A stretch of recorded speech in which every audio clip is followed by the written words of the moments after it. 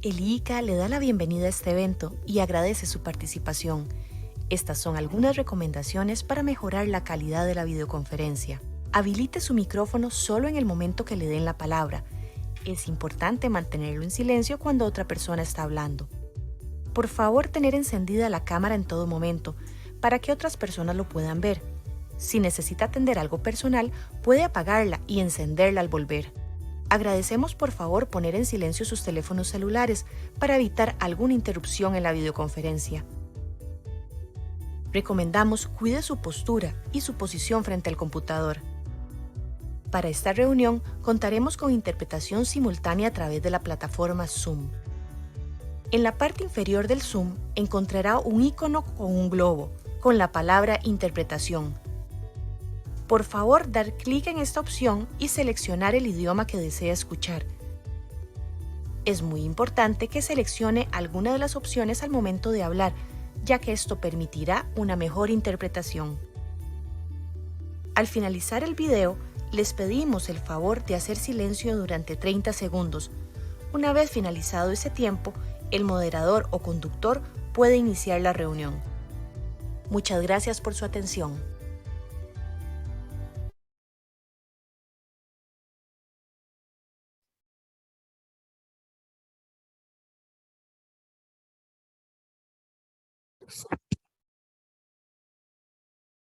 Muy buen día a todos. Muchas gracias por acompañarnos el día de hoy. Tenemos a más de 300 registrados a lo largo de todo el continente americano. Hay mucho interés por el tema del bienestar animal y por nuestros reconocidos ponentes que nos acompañan desde Canadá, México y Colombia. Aquí estamos nosotros desde las oficinas del ICA Canadá en Ottawa. El ICA es el organismo especializado de agricultura del Sistema Interamericano que apoya a los Estados miembros para lograr el desarrollo agrícola y el bienestar rural por medio de la cooperación técnica internacional de excelencia. Entre las múltiples actividades del ICA está llevar a cabo este tipo de eventos para atraer a expertos de talla internacional a compartir sus experiencias. Durante los próximos 90 minutos vamos a escuchar a nuestros 3 panelistas y al final tendremos una sección de preguntas y respuestas. Los invitamos a compartir en el chat las preguntas que vayan teniendo a lo largo de las participaciones de los ponentes y pueden empezar compartiéndonos desde dónde nos acompañan. Les recordamos que tenemos interpretación simultánea en inglés-español, haciendo clic en el globo terráqueo que hay abajo en el menú de Zoom para que elijan el idioma de su preferencia. Espero con muchas ansias una conversación muy enriquecedora. Vamos a iniciar con los comentarios de apertura por parte de la maestra Ana Marisa Cordero Peña, técnica especialista del Programa de Sanidad Agropecuaria, Inocuidad y Calidad de los Alimentos del ICA, desde nuestras oficinas centrales en Costa Rica. Adelante, Ana Marisa. A todos muy buenos días.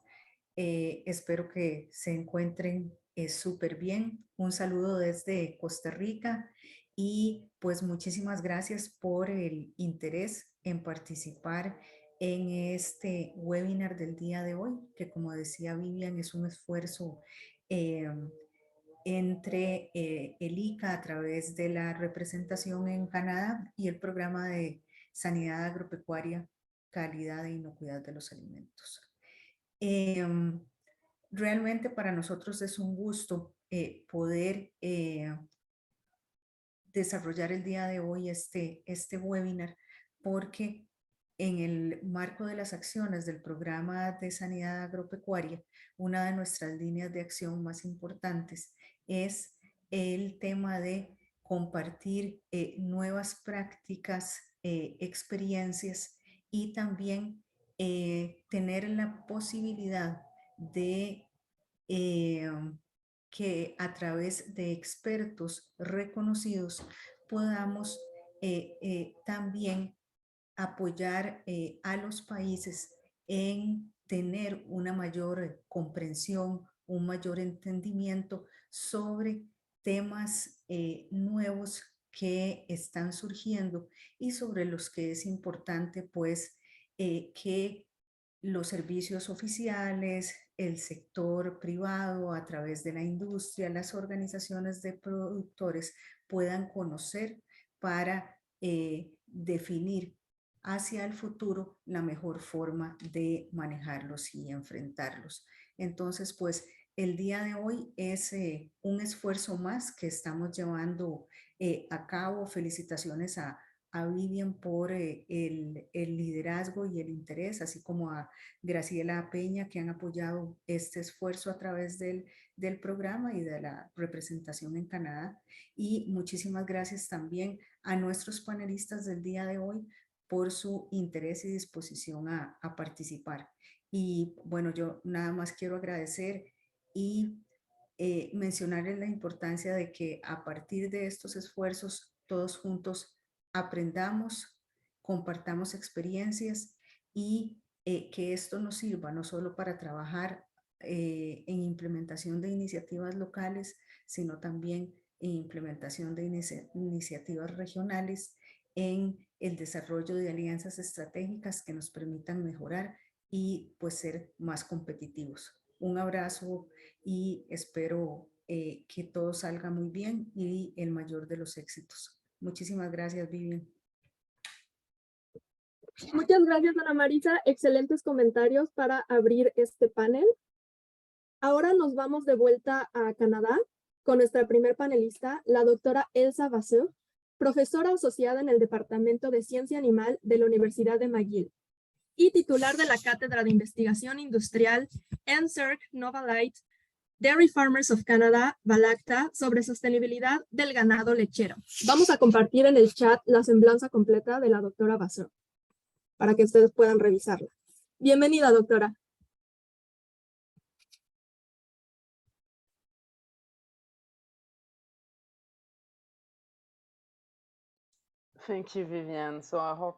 Muchas gracias, Vivian. Espero que me puedan escuchar bien. Voy a compartir mi pantalla ahora.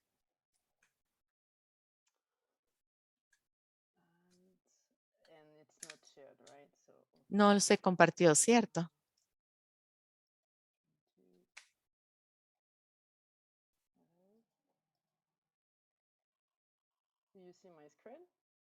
¿Ven mi pantalla? Sí. ¿Se ve bien? Muy bien. Muchas gracias a todos por estar acá.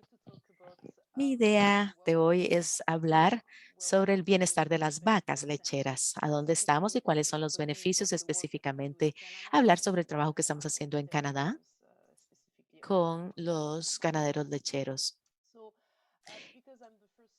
Y debido a que soy la primera oradora, voy a hablar un poquito más sobre el bienestar animal. Hay normas para las explotaciones lácteas de todo el mundo. Por ejemplo, tenemos el caso de Australia, en donde tenemos mejora del bienestar y mejorar los medios de vida, y junto con esas normas, junto con también con la sostenibilidad ambiental, y asegurarse que los productores tengan un medio de vida. Básicamente, en muchos países, este bienestar animal es lo normal en muchos países. La idea es mejorar el bienestar y la sostenibilidad general de las explotaciones lácteas, aumentando la rentabilidad y reduciendo el impacto medioambiental. Y muchas de esas iniciativas ya sea están en las industrias o más bien es por parte de las partes interesadas. Y tenemos diferentes fideicomisos públicos que tienen programas de aseguramiento de consumidor para asegurarse que están haciendo las cosas bien. Hay métricas, también se tienen que llegar a objetivos a lo largo del tiempo y también hay mucho potencial para la comunicación. Y entonces, ¿qué es el bienestar animal? No voy a entrar en la definición, pero es un concepto grande que incluye diferentes aspectos de la vida del animal. Es como por ejemplo la definición de USBC David Fraser, en donde dice que tenemos la salud del animal básica, que le dé buen funcionamiento. Tenemos que tenerlo en un ambiente que sea parecido a su vida natural, y también tenemos que tener el estado afectivo del animal en cuenta. Entonces, la evaluación de los animales hoy tenemos diferentes tipos. Tenemos los factores de riesgo para poder medir también el bienestar de los animales, para ver cuánto mide la densidad el tiempo, el tamaño donde están y también basado en la gestión, entonces cuál es la rutina para poder limpiarlos y también tener acceso a alimento, etcétera, para poder evaluar el bienestar de los animales. Y lo que llamamos la medición de bienestar real se da en los animales porque ahí es donde podemos evaluar si el ambiente en sí, donde están y cómo se les está gestionando para ver si están bien. Hoy, acá tenemos un ejemplo de Estados Unidos. Tenemos lo que por lo general encontramos en diferentes esquemas y esta es la evaluación, por ejemplo, de la cojera para ver si hay alguna lesión, la higiene y el estado del cuerpo para ver, dependiendo del parte del cuerpo, puede haber variaciones, pero esos son los más comunes de la evaluación visual. Y aquí tenemos diferentes cuadros en donde usted puede evaluar si hay problemas en los animales y utiliza definiciones detalladas y una calificación, digamos, una puntuación para poder ver si está con algún problema. Entonces, para asegurarnos de que todos estamos en la misma página, para saber de que todos estamos hablando del bienestar animal y cómo lo evaluamos. Ahora, en Canadá, tenemos un código de buenas prácticas que están para todas las partes interesadas y que están involucrados en esta industria. Digamos, las asociaciones, los científicos, todas las personas que tienen que seguir ciertos lineamientos para la producción leche. Y aparte de eso, tenemos iniciativas como Proacción para la producción lechera, en donde nos aseguramos de que los productores están siguiendo las guías o los lineamientos. Hace unos 10 años, los productores de leche empezaron a hacer una proacción para el programa de evaluación y podemos ver que hay muchas universidades y partes interesadas que participaron en ese tipo de investigación para desarrollar el, lo primero o un primer vistazo de cómo estaba la situación para poder desarrollar los lineamientos. Y en realidad es la forma en que los investigadores, especialmente cuando hablamos de las vacas lecheras, hay una alianza entre la industria y los investigadores y también el financiamiento y las colaboraciones en términos de las prioridades también. Y esto fue lo que lideré cuando estaba haciendo mis estudios postdoctorales con un supervisor de AFC, pero aquí puede ver diferentes universidades también. Entonces, mi trabajo, de hecho, era desarrollar los esquemas de cómo poder evaluar y estudiar, diseñar los estudios. Y teníamos a todos los estudiantes que iban a diferentes granjas. Entonces, visitamos 40 granjas, medíamos a los animales, escogíamos a varias vacas y medíamos diferentes cosas, como lo que les mostré anteriormente, que si había lesiones, inflamaciones, etcétera. Entonces, tomamos muchas mediciones en los establos para ver las dimensiones también del el espacio que tenían, para poder ver si los agricultores o los productores tenían eso de manera correcta y también asegurarnos de que teníamos datos de rendimiento y en ese sentido estábamos con DHI, en donde teníamos datos y nos podía entonces ver los datos y analizarlos. Ya entonces sabíamos cuál era el estado del bienestar y cuáles eran los factores de riesgo presentes. ¿Qué encontramos entonces? Encontramos que en los sistemas tenemos diferentes tipos de sistema. Primero tenemos el de estabulación libre, luego tenemos el estabulación atada y también tenemos los libres. Entonces, sin importar el sistema de estabulación libre como el de estabulación atada, las condiciones de alojamiento afectaban el estado de bienestar de las vacas. Y acá tenemos algunas de las mediciones en ese momento, en el momento que teníamos estas mediciones.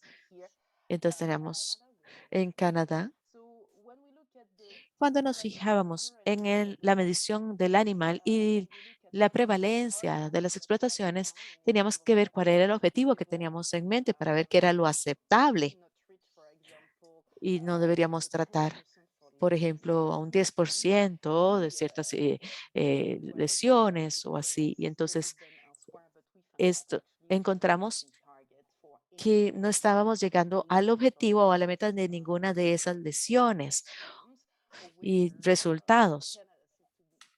Y en realidad Canadá estaba haciendo bastante bien en términos de limpieza, por ejemplo.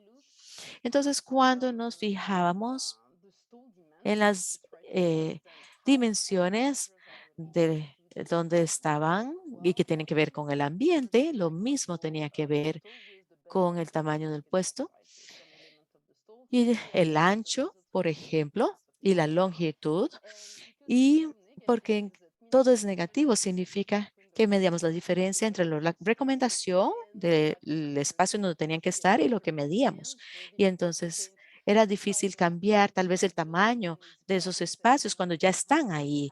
Entonces no teníamos que, queríamos que todo el mundo tuviera que reconstruir todo de nuevo. Y tal vez algunos no tenían las dimensiones adecuadas, entonces les hacíamos las sugerencias del caso. Y este era el impacto. ¿Cuál era el impacto de seguir las recomendaciones actuales sobre el animal? Y acá esta es una investigación donde nos empezamos a ver que si nos pasábamos a hacer las recomendaciones, ¿qué pasaba? Y aquí específicamente, esto es fácil por el puesto de amarre desplazado hacia adelante. Entonces tenemos si calza o no calza las dimensiones. Entonces lo que encontramos es que cuando movíamos a hacer la recomendación, teníamos una disminución de algunos de los resultados como las lesiones, cojera, tiempo de descanso, limpieza, etcétera. Había una disminución, por ejemplo, en limpieza. Y en algunos de las dimensiones del puesto tenía que ser reevaluado porque en los lugares que estaban siguiendo, por ejemplo, la dimensión para el tamaño de amarre estaba aumentando, digamos, los problemas. Estamos aumentando la cojera, por ejemplo. Esa es la ecuación que todos conocen. Esto es para mejorar el confort. Y porque teníamos estas mejoras y estos datos, teníamos que ver cuál era la parte analítica. Entonces, sí teníamos la productividad en estas diferentes granjas. Entonces, lo que encontramos es que cuando tratamos de bajar el porcentaje de bajas en la estabulación libre,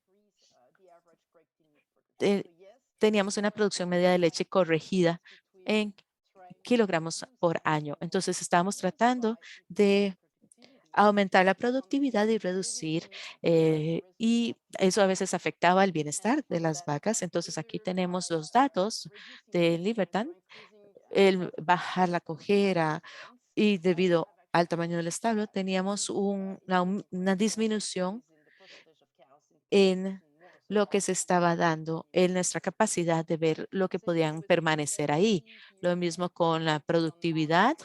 Tenemos el margen del costo de reemplazo y esto lo vemos no solo en el animal, en lesiones, por ejemplo, en las rodillas, pero también teníamos aumentando la ah, productividad, bajando los factores de riesgo. Entonces seguiremos trabajando, haciendo lo que hablamos como una acción de reinicio. Es decir, es difícil hacer las cosas en las granjas, pero es trabajar directamente con los productores y tratar de entender por qué algo se está implementando y en qué punto del tiempo están. Entonces no tenemos realmente un control en muchas cosas porque la gestión y las condiciones donde habitan las vacas y todo eso, pues, ya están establecidas. Pero mis estudiantes de doctorado eh, básicamente hicieron varios estudios y el primer estudio tenía que ver cómo mejorar la gestión aplicada voluntariamente por los productores tras una evaluación de confort de las vacas. Entonces, ¿qué es lo que hicimos? Básicamente llegamos a diferentes lugares a los que visitamos la primera vez y regresamos 3 años después y realizamos exactamente la misma evaluación. Y lo que hicimos fue que reevaluamos las granjas en donde se nos dijo que básicamente habían adoptado las modificaciones, los llamamos los adoptadores, y algunas de las granjas que no aplicaron las modificaciones, entonces esos serían los no adoptadores. Entonces cogimos algunas muestras de las granjas en donde había un gran nivel de lesiones asociados con los establos y entonces queríamos ver a aquellos que decidieron hacer las modificaciones de esos y para ver si mejoraban el factor de riesgo y después de 3 años estábamos viendo algunas mejoras. ¿Qué encontramos? Bueno, primero que nada, encontramos que las lesiones disminuyeron. Aquí están las puntuaciones, los porcentajes están dados, bueno, las mejoras o las cuestiones que no mejoraron están dados en porcentajes. Así que tenemos diferentes dimensiones. Entonces, para las lesiones, el nivel de lesiones, en tanto los adoptadores como los no adoptadores mejoraron. Entonces, bajó la cantidad de vacas con lesiones en ambos tipos de explotaciones y vimos que los adaptadores sí mejoraron el diseño del establo, pero no siempre. Y para el otro tipo de dimensión teníamos algo, una mezcla. Entonces, nos decía eso? Nos decía que el saber que existe un problema puede que algo cambiara en la granja. Y lo otro es el tomar la palabra de lo que ellos dijeron que habían cambiado. A veces no necesariamente era confiable, pero bueno, tenemos que tomar su palabra y eso muestra de nuevo que la resistencia siempre es interesante. Cuando se hace una reevaluación es algo muy positivo y algo muy importante en cualquier estrategia que se haga cuando se quiere hacer mejoras. Y entonces en la reevaluación hay que fijarse que verdaderamente lo que dicen que hicieron, realmente lo hicieron. Y eso nos da mucha esperanza para todas las iniciativas que muestran que sí, el programa en realidad ayudó a los productores. Y luego teníamos el segundo estudio que era para ver si mejoraba el bienestar, las mejoras específicas en el alojamiento y la gestión tras la evaluación del confort de las vacas.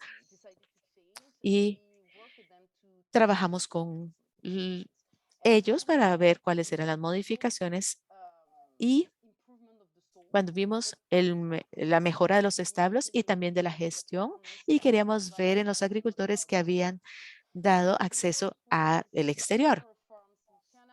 Y entonces visitamos 18 granjas en Ontario, Quebec, Canadá y en algunas teníamos una mejora del lugar de alojamiento, otros en donde no tenían ninguna modificación y ver si la modificación fue algo acordado entre un especialista en bienestar de las vacas y el productor. Visitamos después de un año o durante el año y que tenemos que ver si hay alguna diferencia entre aquellos que daban acceso afuera o no y después de ver cuándo se hicieron los cambios y cuánto tardaron en hacer estas mejoras. Esto se hizo después del invierno.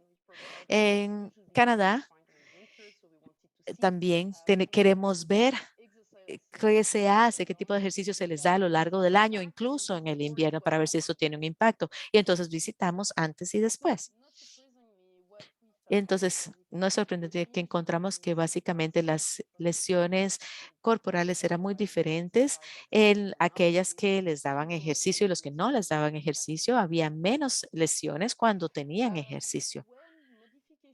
Cuando se hicieron las modificaciones, empezamos a ver básicamente después de aplicar las modificaciones, mejoras en términos de lesiones y también en la capacidad de las vacas de movilizarse dentro del establo. Entonces tenían más contacto y sí, todavía vemos una diferencia entre los que daban ejercicio y los que no daban ejercicio. Y después del invierno, vimos que los animales que tenían acceso al exterior estaban menos delgadas y con menos lesiones. Entonces sí se marcaba una diferencia entre tener ejercicio y no ejercicio. ¿Qué aprendimos acá? Entonces, que esas modificaciones de los establos y el tipo de gestión, el sacar a los establos por cierto tiempo, ayudaba a mejorar la condición de la vaca. Pero necesitaba hacerse más para mejorar y tratar de entender cómo específicamente las modificaciones y las rutinas podían ayudar a abordar el bienestar, porque es difícil en una situación no controlada como en una granja. Y de nuevo, las granjas tienen diferentes tipos de rutinas, puede cambiar a lo largo del año. Entonces, es importante tener resultados específicos, es difícil a veces, y especialmente a nivel comercial. Y luego, entonces, regresamos luego, y ese es el trabajo que desarrollamos desde el 2016, y tratar de regresar y ver específicamente cómo la configuración del establo podía tener un impacto en la condición y la producción de las vacas. Hicimos un aspecto a la vez. Entonces, por ejemplo, nos fijamos en el cambio, digamos, eh, la configuración de los rails, y lo hicimos eso para cada una de las configuraciones y encontramos que, por ejemplo, dependiendo de donde poníamos esto, y tenía que ver con las lesiones en el cuello. Entonces, los rieles de amarre sí tenían que ver con la posición también, y el carril de amarre o el divisor también, si empezaban, tenían contacto con el establo, si era algo permanente, etcétera. Entonces, cuando fuimos a estos estudios, podíamos tomar ciertas mediciones que tal vez son más difíciles de tomar a nivel comercial. Entonces, hicimos una cantidad de experimentos también para tratar de entender cuándo sacábamos a las vacas de los establos. Entonces, digamos acá, si los sacábamos por 8 semanas, ¿qué pasaba? Y el valor de hacer esto en el secado de corrales sueltos de gran profundidad. Entonces, teníamos que ver, eh, tomar videos para entender cómo es que estaban descansando dentro de los establos, sacarlos, cuánto, eh, también fijarnos en tecnología interesante como entender el movimiento de la vaca acá y las diferentes habilidades. Y entonces, muy rápidamente, porque ya casi se me acabó el tiempo, el hacer esta investigación en estas ubicaciones nos permitió ver, obtener conocimientos científicos nuevos, y entonces necesitamos utilizar este conocimiento, aplicarlo en las granjas, y tenemos una gran cantidad de videos, y esa es la idea, que la industria pueda ver esos videos, vea ese material y ponerlo a disponibilidad de los productores. Y también todo el trabajo que se ha llevado a cabo ha sido incluido ahora en la nueva versión del Código de Buenas Prácticas. Entonces, la discusión que estamos llevando a cabo en Canadá para poder desarrollar un nuevo código ya dio sus frutos, y estoy acá les agradezco su atención y estoy acá para responder a sus preguntas. Muchas gracias.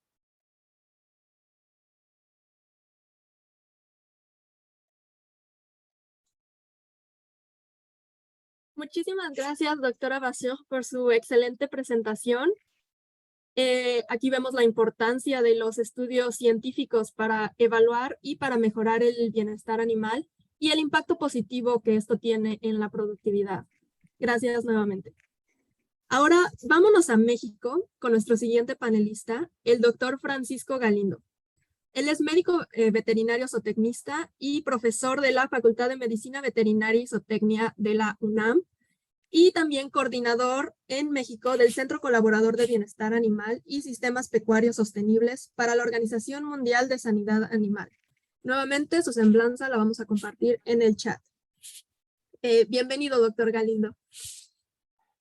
Gracias por la presentación, gracias por la invitación a IICA, en particular a Vivian Argüelles, y por tener la oportunidad de platicarles un poco acerca de un proyecto de investigación con un enfoque transdisciplinario que hemos ejecutado en la península de Yucatán, en el sur de México, desde hace aproximadamente 10 años. Y este proyecto tiene como objetivo el integrar precisamente mediciones de bienestar animal con aquellas de la prestación de servicios ambientales, precisamente en respuesta a la necesidad urgente de trabajar en sistemas pecuarios sostenibles y considerando bienestar animal como un criterio de sostenibilidad de estos sistemas y bienestar animal basado en ciencia, que es un poco el objetivo de este seminario.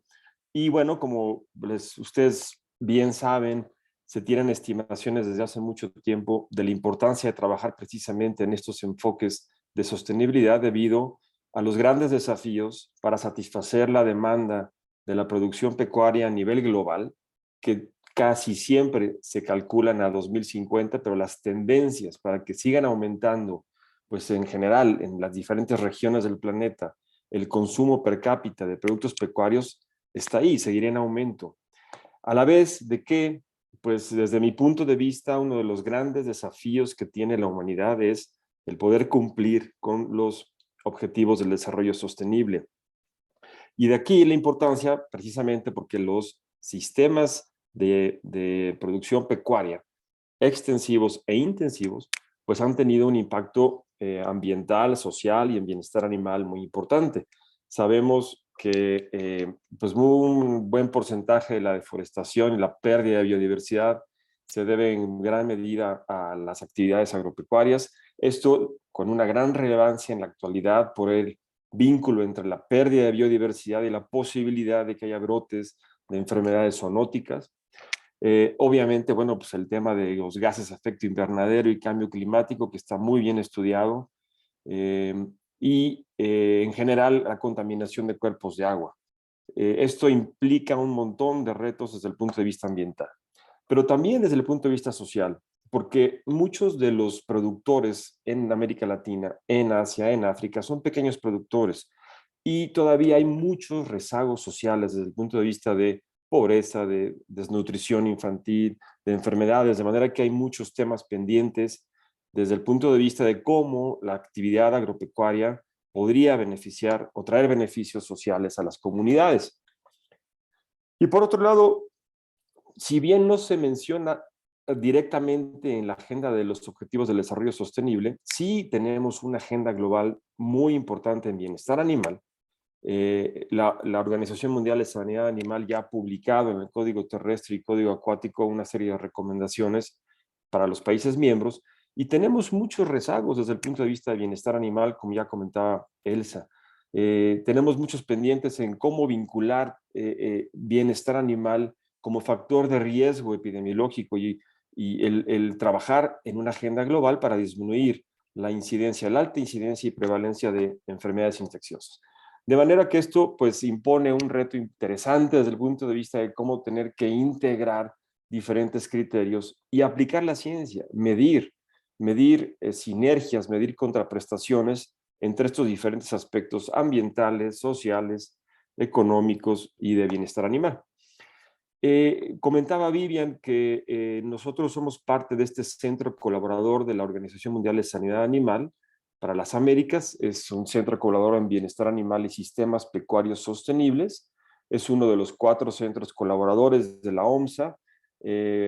La OMSA se apoya precisamente en laboratorios de referencia y en centros colaboradores, pues para aplicar una agenda a nivel global.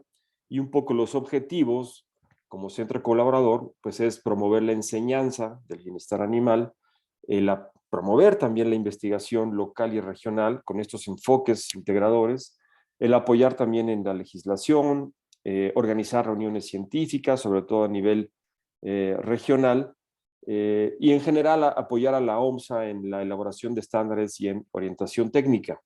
Y es con este enfoque precisamente el que hemos nosotros integrado pues esta agenda, esta estrategia, ¿no?, regional, global de bienestar animal, haciendo énfasis en los aspectos científicos del bienestar animal. Ya comentaba Elsa también esto, la importancia de definir científicamente el concepto.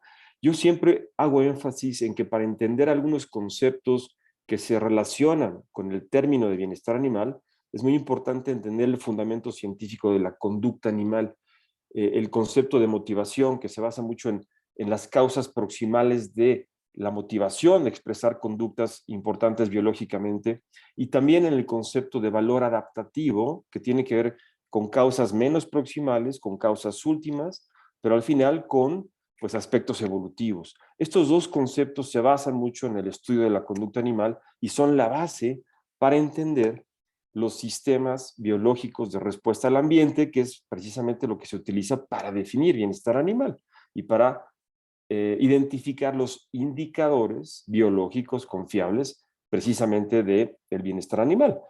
Si bien no podemos evaluar directamente un estado mental del animal, sí tenemos la posibilidad de echar mano de otros indicadores como comportamiento, como indicadores fisiológicos que nos ayudan a entender, o nos están ayudando porque es un proceso continuo, a entender cómo los animales afrontan su ambiente.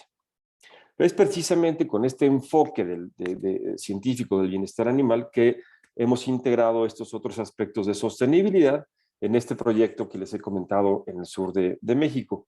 Hemos utilizado también herramientas para valorar estos criterios y bueno, hoy no tengo tiempo para poder ampliarme sobre esto, pero un poco de los protocolos o las herramientas que hemos usado son el análisis del ciclo de vida, los protocolos de SAFA de la FAO y otros manuales que se llaman MESMIS, que precisamente van enfocados a integrar bienestar animal como parte de los criterios de sostenibilidad.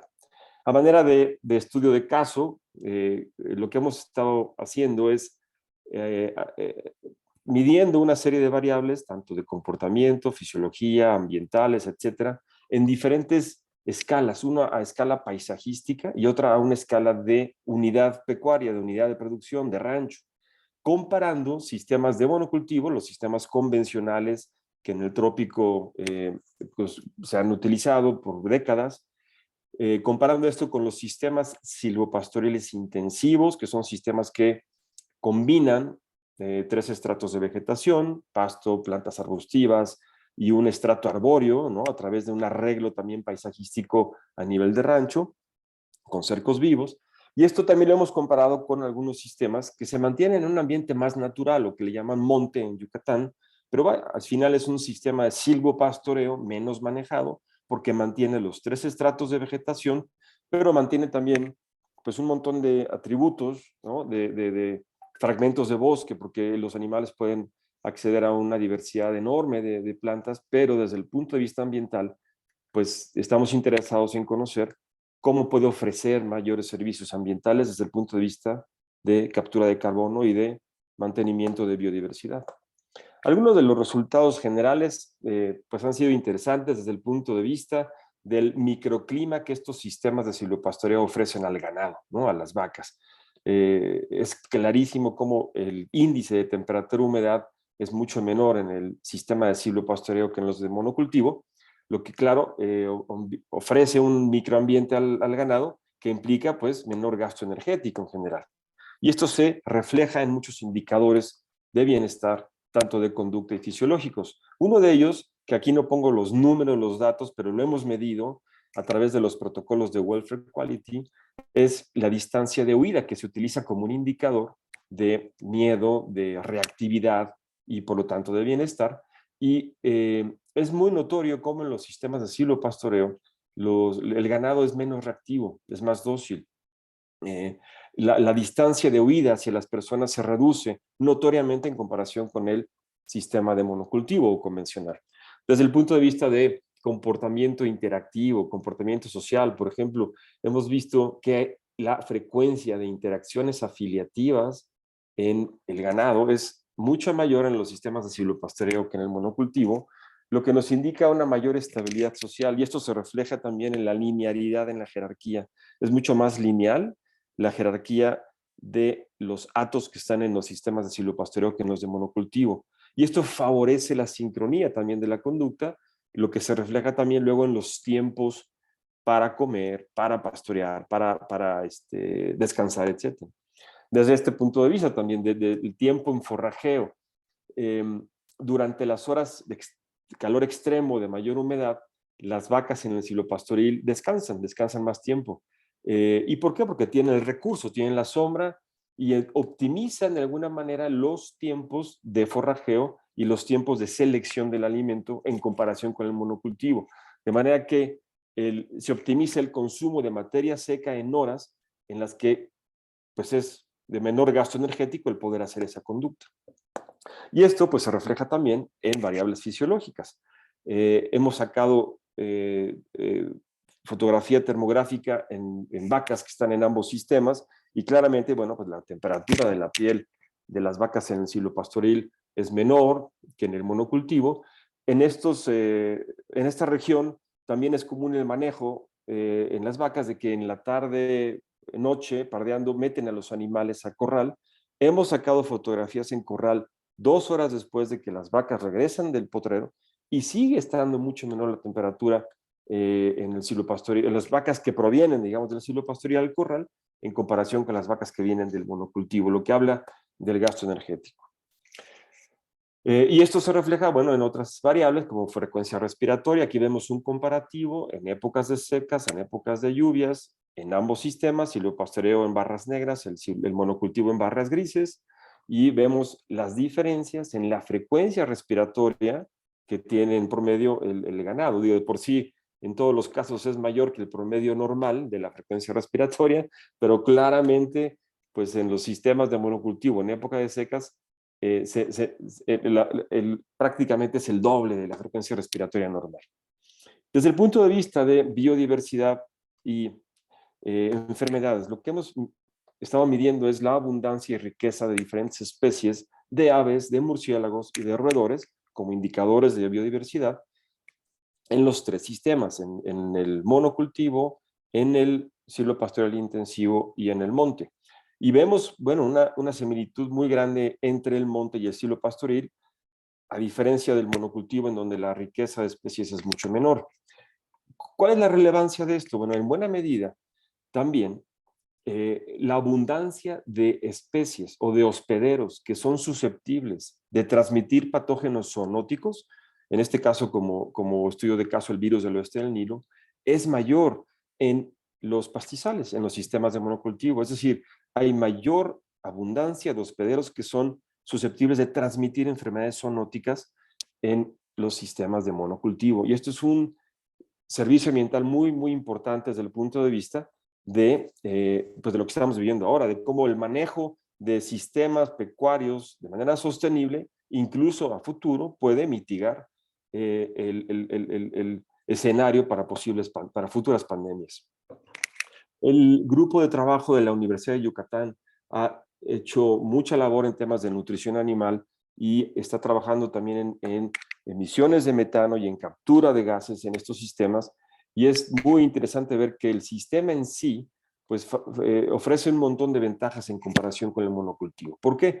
Porque por los diferentes estratos de vegetación se tiene una mayor captura de carbono y por las dietas que se le ofrece al animal a base de leguminosas, por ejemplo, el Leucaena leucocefala, que tiene un montón de saponinas, que modifica la fermentación en el rumen y lo que hace es disminuir hasta en un 20% la emisión de metano, de manera que se captura más carbono, se emite menos metano y por lo tanto, pues ofrece muchas ventajas también desde este punto de vista, desde el punto de vista de la captura de gases.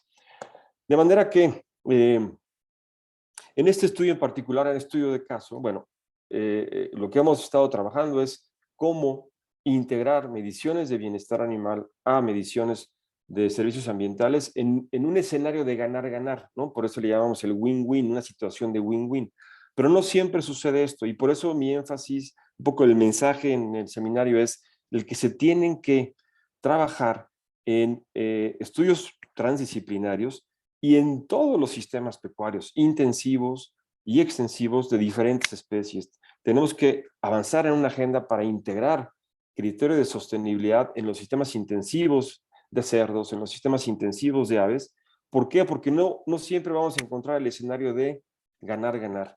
Hay un montón de escenarios de contraprestaciones, los trade-offs, ¿no? El famoso en inglés, y por lo tanto, pues el mensaje es que entre más proyectos transdisciplinarios e integrales haya para avanzar en esta agenda y en el cumplimiento de los objetivos del desarrollo sostenible, me parece que también la agenda de bienestar animal va a poder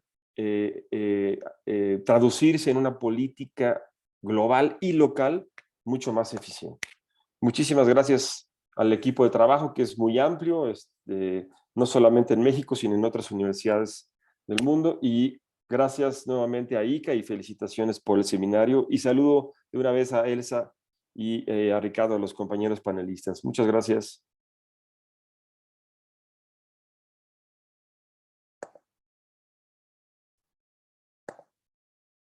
Muchas gracias, doctor Galindo. Definitivamente es un tema especialmente relevante en el contexto de cambio climático, por el riesgo de la emergencia de nuevas zoonosis. Y bueno, aquí coincido que el bienestar animal debe ser parte de los indicadores de sostenibilidad. Finalmente, nos vamos al sur, nos vamos a Colombia con el maestro Ricardo Mora. Él es gerente del programa de animales de granja de World Animal Protection y consultor internacional en temas de bienestar animal y producción para la industria ganadera y porcícola en Latinoamérica. Dejamos su semblanza en el chat. Bienvenido, maestro Mora. Vivian, muchas gracias. Espero que me estén escuchando muy bien. Envío un saludo muy afectuoso al IICA por esta oportunidad y obviamente es un gusto volver a ver a mi amigo Francisco y conocer a Elsa a través de esta oportunidad. Bueno, voy a compartir mi pantalla en este momento y vamos a ponerla en modo presentación. Vivian, ¿me confirmas por favor si ya se puede ver bien? Sí, ya la vemos. Perfecto. Bueno, entonces tengo mucho tema del cual hablar. Voy a tratar de poder llegar a la parte de salud pública, así la veamos en menos detalle. Para empezar, es importante narrar que, al igual que en muchos temas en el mundo, bienestar animal, lo que la gente puede hablar, opinar, decir sobre bienestar animal depende de su experiencia. Entonces todos tenemos experiencias diversas y una historia diferente para contar sobre el mismo tema. En este caso nos trae el bienestar animal y hemos escuchado cómo pueden haber corrientes un poco más abolicionistas sobre el tema de bienestar, corrientes más proteccionistas, corrientes más utilitaristas, pero el día de hoy lo que yo les vengo a platicar sobre bienestar animal está representado en esta imagen, ¿cierto? Bienestar animal como una oportunidad, como bien lo mencionaba Francisco y Elsa, para que los animales no solo estén mejor, sino que los sistemas sean mucho más sostenibles y haya una más armonía, que tengamos un ganar-ganar. Entonces, en ese orden de ideas, mi charla del día de hoy está dividida en 4 aspectos. El primero es el tema de la producción animal. El segundo, un término relativamente nuevo para la industria, que es el concepto de licencia social. Después vemos cuál es la reacción que la industria ha hecho, incluyendo productores y cadena de valor, frente al tema de bienestar animal, y terminaremos con una pincelada sobre la salud pública, porque ciertamente pues podríamos tener todo un evento completo en salud pública y bienestar animal relacionado con el principio de un bienestar, una salud.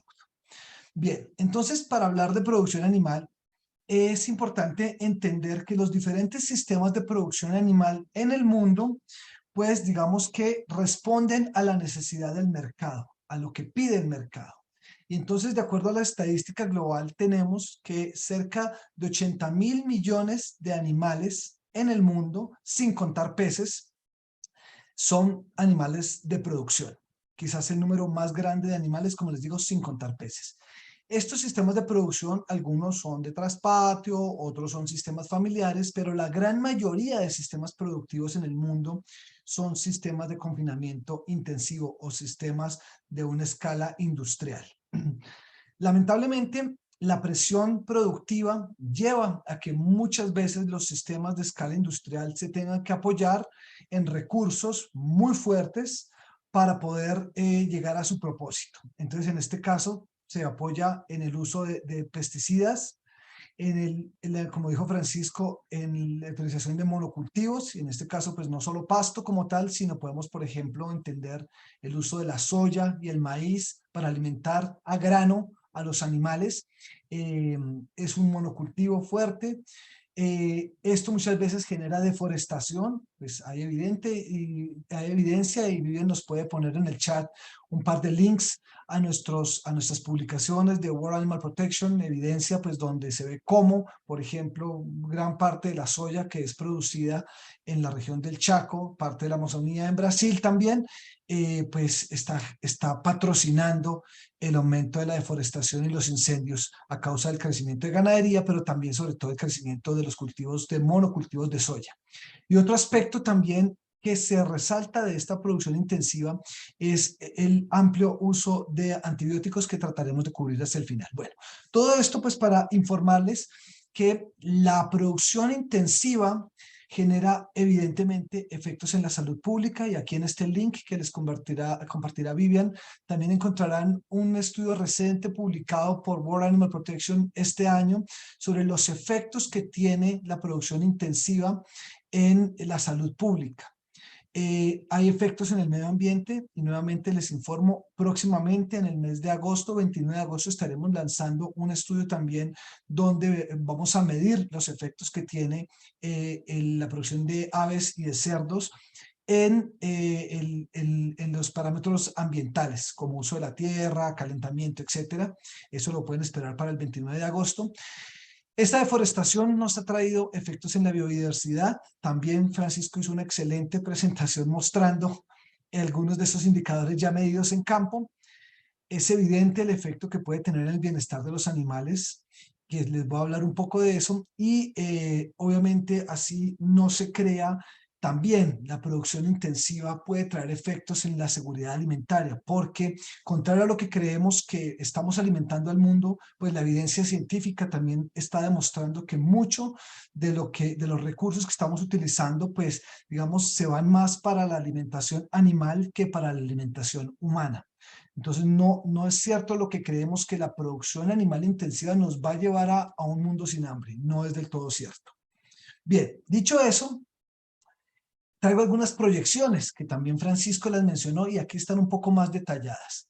Cuando comparamos la producción de carne, podemos ver que a 2018 su crecimiento fue del 470 más que hace 50 años. Si lo comparamos con el crecimiento de la población humana, podemos ver que esta cifra es mucho menor, es decir, está creciendo más rápido el consumo de proteína de origen animal que la población humana, que ya es mucho decir.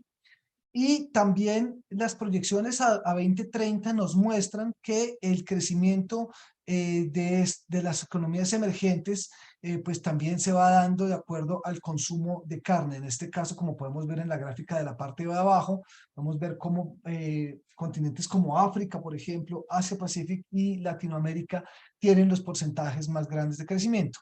En la gráfica de arriba podemos ver cómo es el crecimiento proyectado, siendo la carne de ave la principal proyección de crecimiento con casi el 18%, seguida por el cordero, posteriormente porcicultura, y en menor escala, cerca del 6%, la carne bovina. Bien, dicho esto, entonces nos lleva a entender que la creciente demanda por consumir carne hace que las industrias tengan que aumentar la presión productiva sobre los sistemas ganaderos. Esto tiene un límite, y aquí viene el caso que les voy a presentar donde se puede perder la licencia social. Si estos sistemas productivos van al límite y continúan yendo en la dirección que originalmente se planteó desde la revolución industrial, pues esto no va a ser para nada sostenible y se puede perder la licencia social. Vamos a ver un caso que nos pretende explicar ese concepto de licencia social. No voy a nombrar ninguna empresa, aunque esto es información pública, porque no se trata de poner en evidencia una empresa, se trata de aprender de las experiencias que han tenido algunos productores al respecto. Entonces, este caso ocurre en Chile. Vemos el mapa del país de Chile en la región norte, que está marcada en rojo, es la región de la Catama, y esto es hacia el sur de esa región de la Catama queda ubicada la población conocida como Freirina. Es una población relativamente pequeña, de unos 6.000 habitantes, 3.000 de ellos viven en el área rural. En el año 2005 inicia la construcción de este megaproyecto pensado para 2.5 millones de cerdos y en total unas 70.000 hectáreas destinadas para este proyecto. La empresa invierte cerca de 400 millones de dólares. Su construcción tarda 6 años y su funcionamiento inicia en el 2011 y solo hasta mayo del 2012, o sea, un año larguito después de que empieza a funcionar, hay un estallido social. No pretendo que corra el audio del video, me confirmas Vivian, porque pues no lo voy a poner todo, solo voy a irles narrando sobre lo que ven en el video y van a poder ver los subtítulos en inglés. Entonces, en teoría no se debe estar escuchando nada, Vivian. Bien, Así es. esto es un poco lo que pasó en La Freirina. Vemos a la gente movilizándose en contra de la empresa, en contra de la producción animal. Inclusive los medios internacionales llegaron a denominar este caso como the pig business en Chile, el negocio de los cerdos en Chile. Nos cuenta cómo en La Freirina la población se veía afectada por los malos olores, por el incremento de las moscas, por el uso inclusive de las fuentes de agua, donde ellos hablaban pues de aguas subterráneas que eran esenciales para la vida de las personas y cómo se estaban viendo afectadas por este megaproyecto de producción. Y es así como inclusive se llegaba a hablar de resistencia a los antimicrobianos, cómo se estaban llegando los antimicrobianos a contaminar el agua que la población bebía. Bueno, lo importante de acá es que la gente hace una manifestación social donde se agota la licencia social, no quieren que continúe este sistema de producción y se levantan, inicialmente en una huelga pacífica que poco a poco se fue tornando en un problema social. Personas irrumpiendo dentro de las instalaciones, generando daños y finalmente termina con un estallido social muy importante que vamos a ver aquí adelantando el video, donde las personas se cansan y lo que hacen es que bloquean la granja, bloquean la entrada a la granja, eso afectando pues tanto a los trabajadores, afectando el alimento que entraba para los animales, afectando la salida de los animales y generando un problema ambiental, un problema de bienestar animal muy grave. Y bueno, y de aquí salen muchas lecciones aprendidas que quiero comentar en este momento. Muchas de las lecciones que se aprendieron acá, en este caso, es que la empresa pues perdió su inversión, hubo el cierre definitivo de estas instalaciones, hubo una repercusión en la reputación y un escándalo mediático y algo promueve también que se elaboren las normas sobre olores en Chile. Todo esto, obviamente, también descrito años atrás en el 2016, no este caso en particular, pero lecciones que decía esta publicación del Red Meat Advisory Council, decía, ¿qué pasa si la industria de producción animal hoy no hace nada por mejorar las externalidades? El uso del agua, el trabajo justo, el problema ambiental, el tema de bienestar animal. ¿Qué pasaría si no hace nada? Y en su estudio relatan una pérdida anual de cerca de 3 millones de dólares, lo cual generaría un impacto pues muy grande en los consumidores, en la industria. Entonces, un resumen de todas estas experiencias es mostrar que hay muchas cosas en las que se puede trabajar y se puede anticipar para evitar llegar a perder la licencia social. Unas de las áreas son el medio ambiente, el trabajo digno, derechos humanos obviamente como objetivos de desarrollo que nos comentó Francisco, bienestar animal y salud pública. Y me voy a centrar en esos dos últimos, en bienestar y salud pública. Entonces, ¿qué ha hecho la industria en materia de bienestar animal? Aunque recuerden, no es lo único. Está el tema de equidad, el tema de medio ambiente, pero vamos a hablar puntualmente de bienestar animal. ¿Qué ha hecho la industria? Entonces, si nos basamos en la cadena de valor, podemos ver que está el productor, vende sus productos a una industria que lo comercializa y transforma y hay un consumidor. Pero esta cadena básica de valor puede ser inclusive mucho más compleja si la ponemos más en detalle. Entonces acá traigo un ejemplo donde esto, principalmente por la función de los consumidores que también son contribuyentes y son personas votantes en los países, ¿cierto? Afecta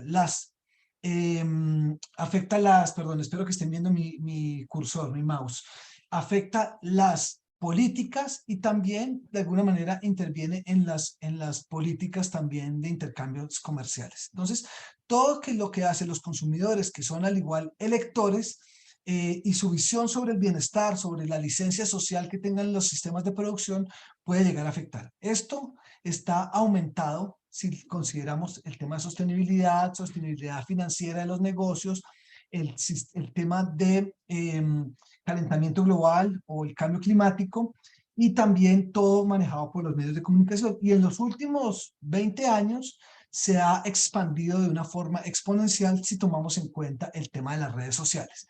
Si a eso le sumamos un factor que también lo relatan algunos estudios, que es las generaciones, la forma como cada generación ve estas externalidades, pues podemos llegar a conclusiones muy importantes.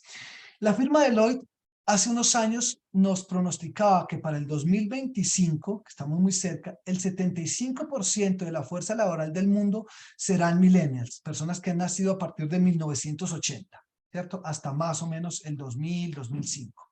Esos millennials, que hoy por hoy pueden tener cerca de 42 años, los early millennials, pues son personas mucho más conscientes. Este tipo de consumidores son personas más conscientes. Y acá les traigo un primer ejemplo, donde en un país como México, hace algunos años, veíamos una señora comprando huevos y la etiqueta que traía estos huevos, por ejemplo, de esta marca en particular, eran huevos vegetarianos. A lo que voy con esto es que la industria entendió que tiene que cambiar sus prácticas para no perder la licencia social y empieza a utilizar mecanismos que le permitan acercarse más a sus clientes y llegar pues a mercados mucho más específicos. Bien, entonces les traigo un caso puntual en estos 6 minutos que me quedan, bueno, quizás 5 porque vamos a dejar un minuto para la parte de salud pública, con el ejemplo de la gestación colectiva. Cuando la industria hace compromisos en bienestar animal para temas, por ejemplo, como la gestación colectiva, siempre nos imaginamos que son sistemas como el que ven en la pantalla, pero esto no funciona así en la práctica.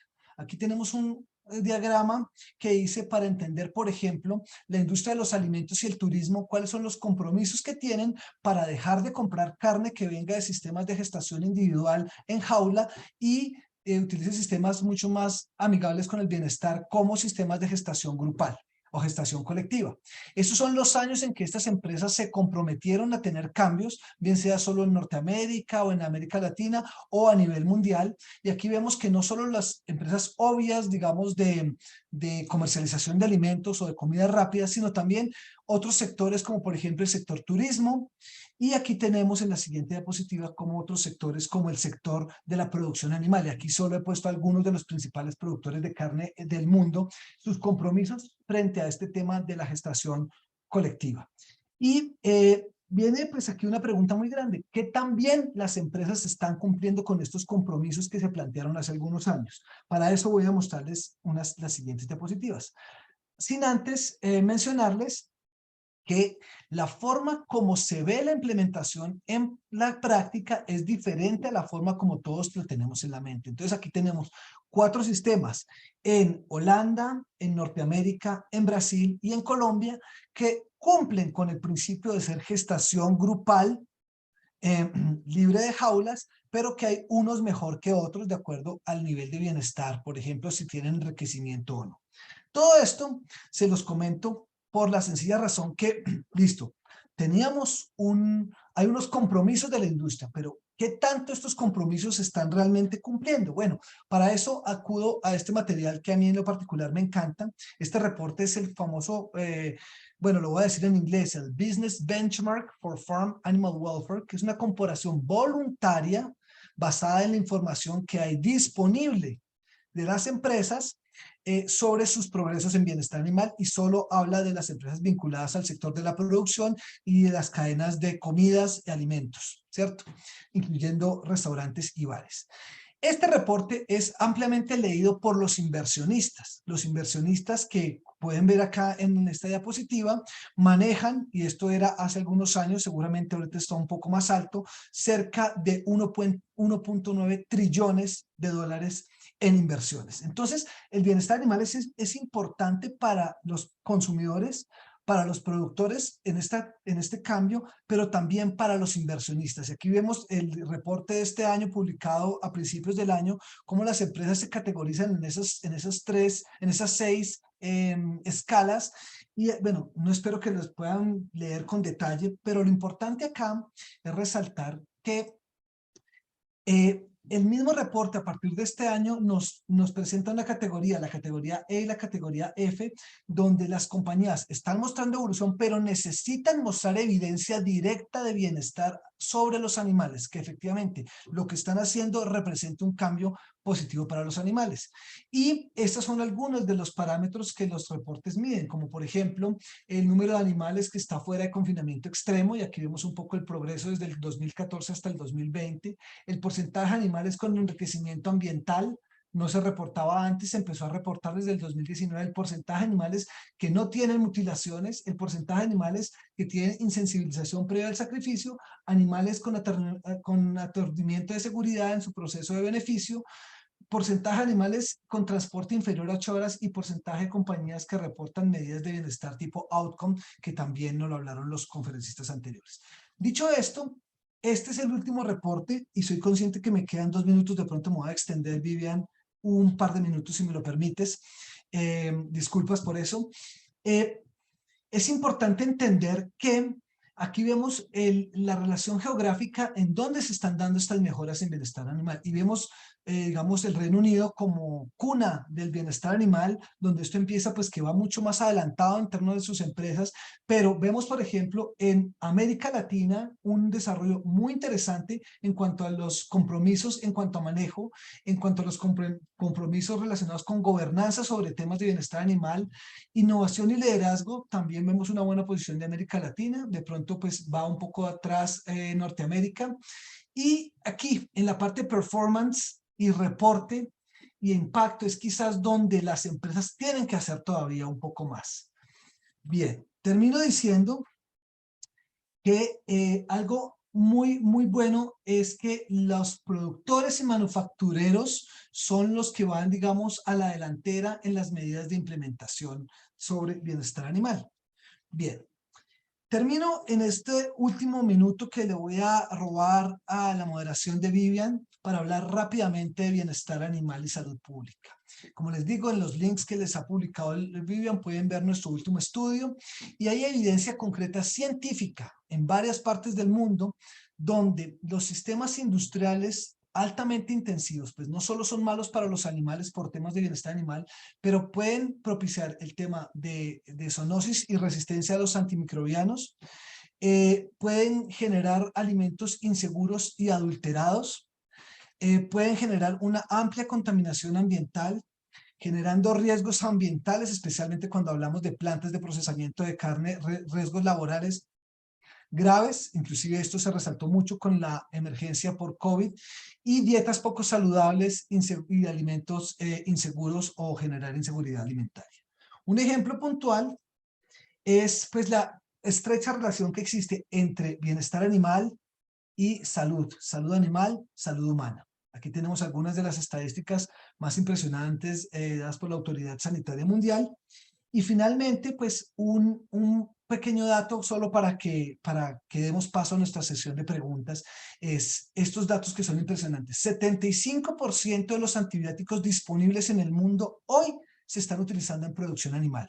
Pese a que en muchos países, por ejemplo, Brasil, donde la colistina se ha prohibido para uso animal, en nuestros estudios en agua y en suelo encontramos resistencia bacteriana a este tipo de antibióticos de importancia crítica para tratar enfermedades en los humanos.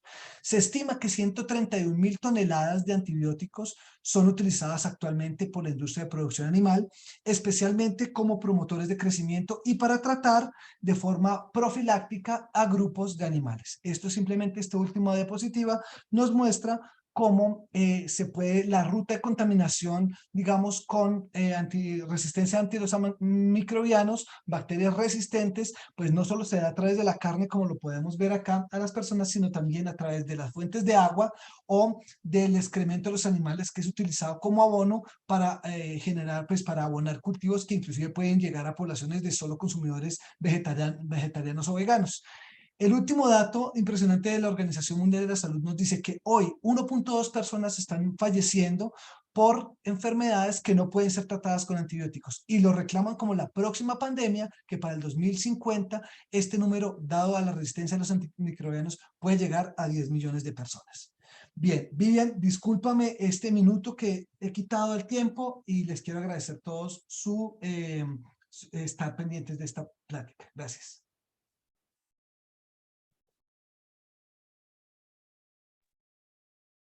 No hay problema, maestro Mora. Muchísimas gracias por tan interesante presentación. Definitivamente nos quedamos con ganas de saber más, sobre todo de este tema de salud pública. Y estamos en muy buen tiempo porque justamente habíamos ahorrado unos minutos de las presentaciones anteriores. Entonces estamos en perfecto tiempo para empezar inicialmente con la sesión de preguntas y respuestas. No veo que nos hayan dejado aún preguntas en el chat. Yo tengo varias preguntas que he ido anotando de lo que ustedes nos han dicho, pero quiero dar la oportunidad primero a los asistentes. Entonces, si quieren escribir su pregunta en el chat o levantar su mano y nuestro equipo técnico les va a dar la palabra. Les voy a dar un momento para esto.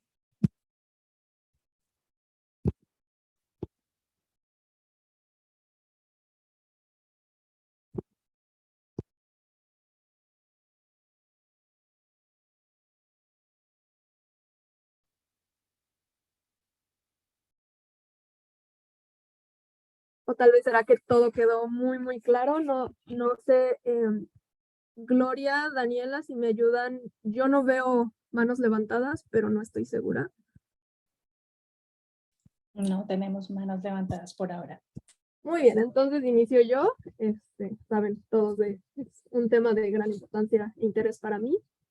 Quisiera preguntarles, todos ustedes pues colaboran tanto con productores, con la academia, con la industria, con el gobierno. ¿Qué tan difícil es lograr esta colaboración entre todos estos sectores para tomar en cuenta e impulsar iniciativas de bienestar animal? Y cómo, pues, mencionaba el doctor Galindo acerca de los trade-offs, ¿cómo se puede posicionar el bienestar animal frente a otras prioridades de corte económico? Puede responderla cualquiera o puede cada uno pues ir agregando su granito de arena.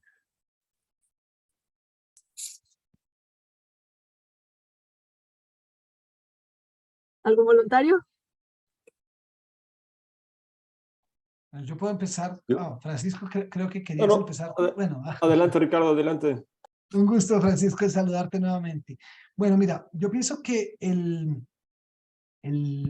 la argumentación sobre bienestar animal cada vez cobra más importancia en los aspectos económicos, especialmente porque está demostrado que sistemas con bienestar pueden llegar a ser muy productivos. Estamos hablando, y esta es una gráfica que se publicó ya hace algunos años por McKeer-Nerny, donde demostraba que no había realmente una competencia entre bienestar y productividad. En muchos sistemas se puede demostrar, y claro, dependiendo de la especie. Por ejemplo, en nuestra experiencia de ganado bovino, hemos visto que la relación es muy directa. Por ejemplo, traigo otro ejemplo. En porcicultura hemos logrado demostrar que una granja que se construya con mejores estándares de bienestar animal, me explico, gestaciones grupales, por ejemplo, tiene un retorno de la inversión 2 años antes que una granja que lo haga de forma convencional.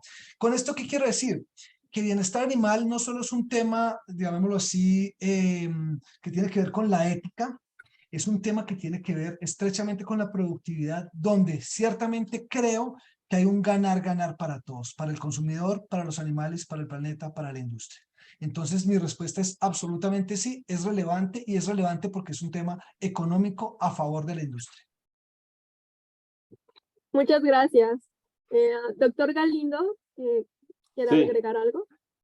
Gracias. Bueno, coincido completamente en lo que comenta Ricardo. En mi experiencia acá en México, siempre ha ayudado mucho el hablar de bienestar animal como una herramienta zootécnica, ¿no?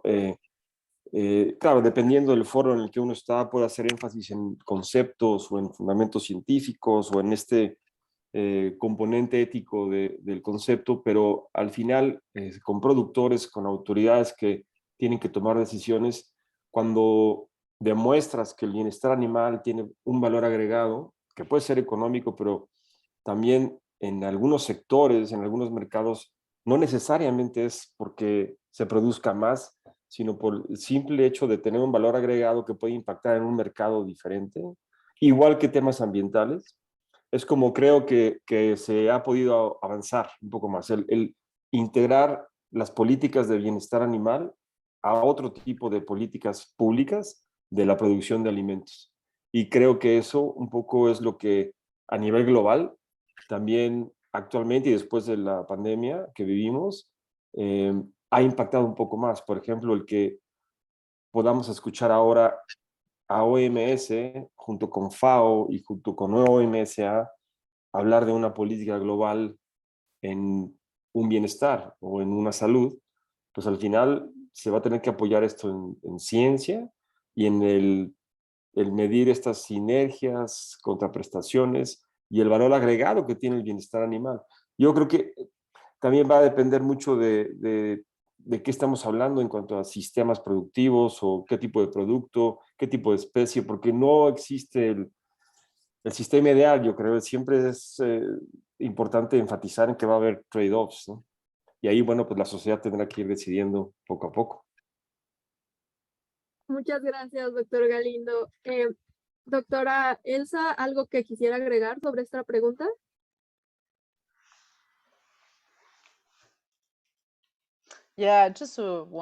Sí, una cosita pequeña.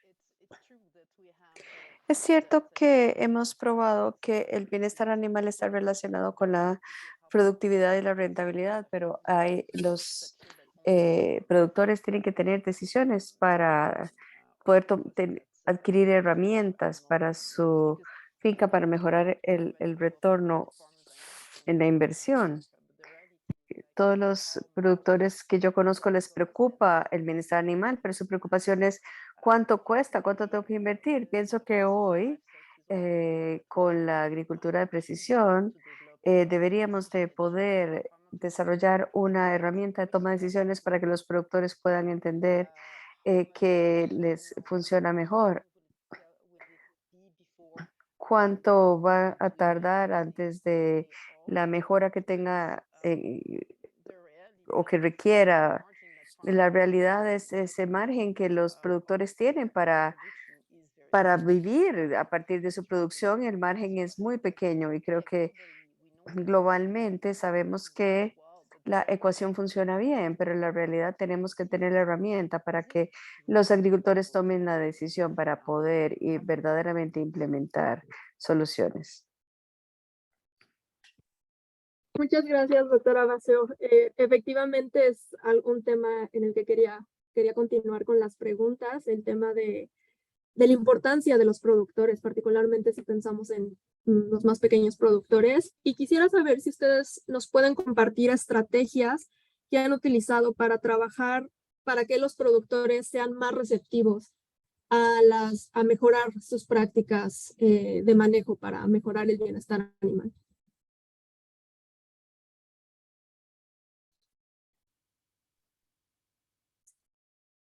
Sí, doctor Galindo. Gracias, Vivian. Oh, es compleja esa pregunta. Es como pregunta de tesis, ¿no? A mí me parece que en los grupos de productores con los que hemos interactuado más en el sur de México, el que ellos sientan la seguridad de que pueden ellos ser los actores de cambio, me parece que ayuda. El que no dependan de políticas de gobierno, el que no necesariamente dependan del interés particular de alguna empresa, es decir, que ellos puedan ser los que se organicen, los que colectivamente puedan expresar alguna preocupación o un interés. Creo que el poder darles esa herramienta de seguridad y de poder empujar, ¿no?, la política desde la percepción de los productores, creo que es algo, o siento que es algo que a futuro va a impactar más. Gracias. Definitivamente, coincido. ¿Sí, maestro Mora? Gracias, Vivian. Bueno, en la experiencia de nosotros hemos visto que los productores de escala grande, mediana, pequeña reciben bien el tema de bienestar cuando viene con propuestas, como decía Elsa, cuando viene con cosas muy puntuales de implementación. También creo que América Latina tiene una gran ventaja sobre otras partes del mundo y eso se podía haber reflejado en el estudio del Business Benchmark. Y es que la legislación sobre bienestar animal en América Latina ha sido mucho más lenta que como fue en Europa. En Europa ocurrió y a partir del 2013 el decreto real hace que los países de la Comunidad Europea deban implementar bienestar animal, traducido en retirar jaulas, aumentar días de destete, etcétera, etcétera, etcétera. Y a los productores los tomó eso por sorpresa. Inclusive veíamos artículos en la prensa que decía los productores franceses o españoles están quebrados, ¿cierto? En América Latina pasó un fenómeno muy interesante, creo que por dos vías. Uno, porque su nivel de industrialización de pronto no estaba tan elevado como pudo llegar a estar en los países en Norteamérica o en Europa. Entonces todavía no hemos llegado a ese nivel de industrialización tan alto, que permitió pues que existiera un poco más de juego de volver a las raíces. Me explico, la ganadería en la principal parte de los sistemas agroalimentarios en Colombia es ganadería extensiva, ¿cierto? Ya tendríamos que ver sus implicaciones con el medio ambiente, pero es ganadería extensiva. Otra cosa importante entonces es que los productores quisieron avanzar más rápido que la legislación, lo cual es algo que puede estar muy bien. Y vemos ejemplos, te hablo de Colombia, que es donde vivo, pero vemos ejemplos como Chile también, especialmente Colombia, donde las asociaciones de productores han avanzado muy rápido en implementación de bienestar animal antes que la legislación se lo exija. Me parece que eso es un punto muy importante para esta pregunta. Gracias. Definitivamente. Muchas gracias por compartir esa experiencia. Doctora Basso, ¿quiere agregar algo? Sí, creo que siempre que hablamos de esta pregunta, siempre pienso que hay racionalidad en esto. En cualquier programa de mejoría del bienestar es importante. Definitivamente en América Latina el sistema es diferente. Todos los grupos de interés se mantienen juntos para decidir qué es lo que se debe hacer. Pero ese tipo de consenso es típico de Canadá, donde todos tenemos que estar de acuerdo. Creo que eso está muy bien y nos ayuda con el diálogo entre los consumidores, los socios de la industria, el resto de la cadena, etcétera. Pero también se requiere tiempo. Entonces, por ejemplo, para revisar los nuevos lineamientos, porque tenemos tanta evidencia de que podemos mejorar y que tenemos que pasar del 2019 a una nueva versión, nos hemos establecido ahí desde el 2019. Sabemos que es un proceso, tenemos algo al menos hasta el 2023, pero básicamente es mucho tiempo. Se podría mejorar, pero lo que quiero decir es que el diálogo entre los diferentes grupos de interés eh, tiene que girar alrededor de qué es aquello en lo que creemos hoy. Y esto redundará en el beneficio de los sistemas, que es lo que pasa hoy día en Canadá.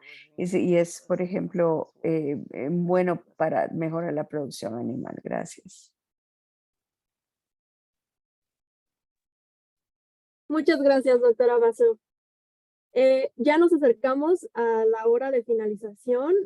Quisiera concluir con una pregunta, o más bien con la petición de que ahondemos un poco más en la importancia del bienestar animal en el tema de salud pública. El doctor Galindo habló justamente del el link que hay entre la pérdida de biodiversidad y la emergencia de enfermedades zoonóticas. Y el maestro Mora también habló justamente en el contexto de la zoonosis y de la pandemia actual. ¿Qué nos pueden decir de cómo podemos impulsar estrategias que integren el bienestar animal con una salud y nuevamente incidir en temas de salud pública? Doctor Galindo. ¿Puedo empezar? Gracias. a mí me parece que en la agenda de bienestar animal se ha hecho mucho énfasis en el efecto del problema y poco en las causas de los problemas de bienestar animal. Y ahí existe una oportunidad interesante desde el punto de vista de enfoque científico, de líneas de investigación, que nos permitan ligar el bienestar animal como factor de riesgo epidemiológico. Me parece que hemos hecho muy poco en ese sentido, de ver cómo problemas de bienestar animal son la causa de un problema epidemiológico. Y en la medida en que podamos pues ligar esos temas, creo que ayudaría a tener una estrategia de prevención mucho más eficiente, precisamente mejorando los niveles de bienestar de los diferentes animales, ¿no? En diferentes tipos de sistemas. Eso creo que ayudaría a avanzar mucho en una agenda de un bienestar o una salud. Gracias, Vivian. Gracias, doctor Galindo. ¿Puedo complementar? Sí, maestro Mora, adelante. Gracias, Vivian. Considero que para que esto sea posible es necesario que se involucren más actores. Me explico. Por ejemplo, la resistencia a los antimicrobianos siempre había sido tratada desde el punto de vista médico. Médico, hospitales, residuos de ciudades, farmacología en humanos. Y por otro lado venía la resistencia a los antimicrobianos desde el punto de vista animal. Veterinarios, zootecnistas, nutricionistas. Recientemente se ha empezado a asociar las dos cosas, entonces es común encontrar cómo organizaciones que trabajan en temas de resistencia a los antimicrobianos en América Latina están generando webinars donde están sentados doctores, enfermeras, productores, veterinarios y zootecnistas, por ejemplo. Entonces estamos empezando a linkear un poco lo que dice Francisco, las causas, y dejamos de ver un poco que, por decir algo, ese problema de salud pública, la resistencia a los antimicrobianos, es solo lo que puede hacer el consumidor final como la forma como toma sus medicinas, y tiene que ver desde la granja, que empieza hace mucho tiempo atrás, y cómo eso puede llegar a los ríos o a la carne. Entonces, esas estrategias, cuando empezamos a vincular, cuando el diálogo de un bienestar, una salud, deja de ser de los veterinarios o deja de ser de solo la industria de la producción animal y se convierte en algo más, ¿cómo llamémoslo? No sé la palabra, se me olvidó. Para todos, ¿cierto? Es lo ideal. Gracias. Muchas gracias. Doctora Basu, un comentario final. No, I don't have anything to add. I think on that topic we've been covered. No, Ok. en este tema no tengo nada que agregar. Muchas gracias. Pues llegamos al final del tiempo que teníamos asignado para este webinar. Muchas gracias a todos por su participación enriqueciendo esta conversación en el tema. Agradezco a nuestros panelistas. Agradezco a Saya, a nuestro equipo técnico en Ottawa, a nuestras intérpretes por su excelente labor y pues también la parte más importante, nuestra audiencia. Ustedes van a poder acceder a la grabación de este webinar en la página del ICA y estén pendientes en las redes del ICA para próximos eventos y nos estaremos viendo pronto. Excelente día a todos. Gracias, Vivian. Saludos, Ricardo. Saludos, Elsa. A todos un saludo. Muchas gracias. Saludos.